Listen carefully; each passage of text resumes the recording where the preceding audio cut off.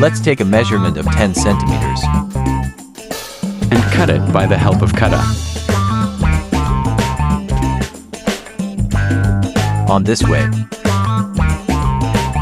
Now let's draw the line same as on video. It should be same like on this video.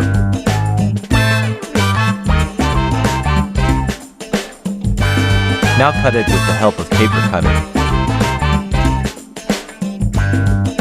Cut both sides of bamboo on same way.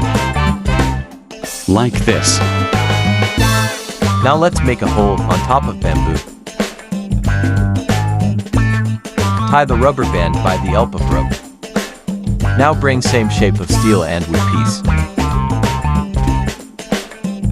Glue another piece of hood on another side. Now tie the rubber with the rope on both sides. Now let's make a hole on small hood piece. And put it inside the bamboo. Now join it by the on hole by the help of small steel. On this way. It will work on this way same as on video.